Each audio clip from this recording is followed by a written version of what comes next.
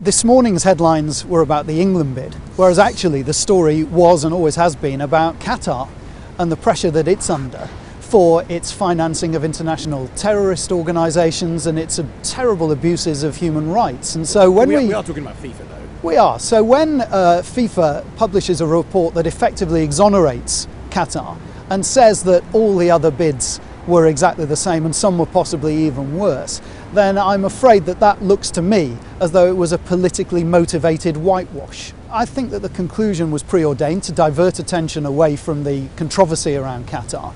And the fact is that if FIFA's own investigator, Michael Garcia, is not prepared to accept the conclusions of the report, why should you or I or any of your viewers? There were limited powers given to the investigation.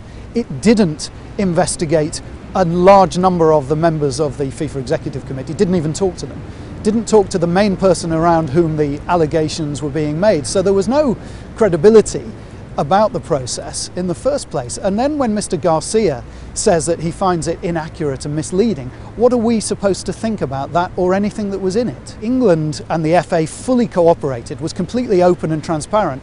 At least one other bidder is accused of destroying computers in the report that would have supplied evidence. So even if the full report is published, I'm not entirely sure that it paints the full picture. We're not going to take any lessons in ethics and integrity from FIFA, and particularly in the light of the farcical squabble that has gone on today.